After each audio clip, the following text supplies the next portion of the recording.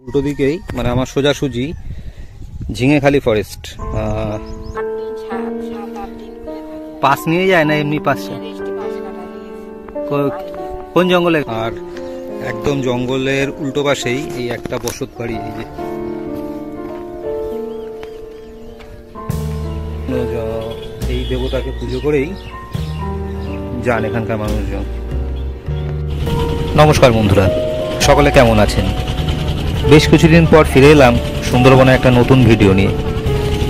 সিদ্ধার্থ মণ্ডল, বাবা লোকনাথ মণ্ডল বাঘের হামলায় মৃত।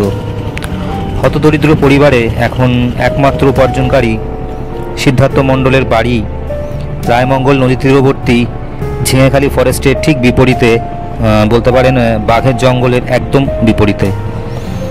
এক চিলতে সেই ঘরে এখন একমাত্র উপার্জনকারী সিদ্ধার্থ এবং তার মা। আজ আমার গন্তব্য সেই জঙ্গল তীরবর্তী সিদ্ধার্থ মণ্ডলের বাড়িতেই। ভিডিওটা পুরো দেখার অনুরোধ রইল, সঙ্গে থাকবেন।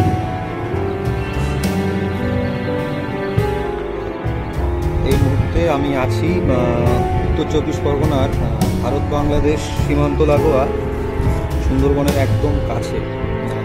আমার উল্টো দিকেই মানে আমার সোজাসুজি ঝিঙেখালি ফরেস্ট, আর একদম জঙ্গলের উল্টো পাশেই এই একটা বসত বাড়ি।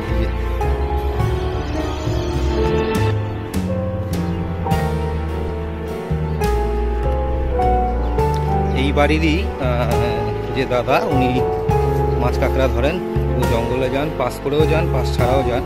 এই হচ্ছে ওনার নৌকা, এখন ভাটা চলছে। আর আমি চেষ্টা করছি নিচে যাওয়ার। একদম এই হচ্ছে বাড়ির পিছন, এই হচ্ছে কেওড়া গাছ। এখন ভাটা চলছে, যে সেরকম জল নিচে নেমে গেছে, নাহলে জল মোটামুটি বাড়ির গোড়া অব্দি চলে আসে।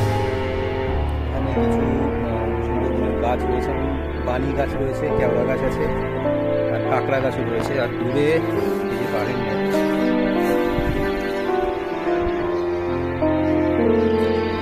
সন্ধ্যার পর মাঝে মধ্যেই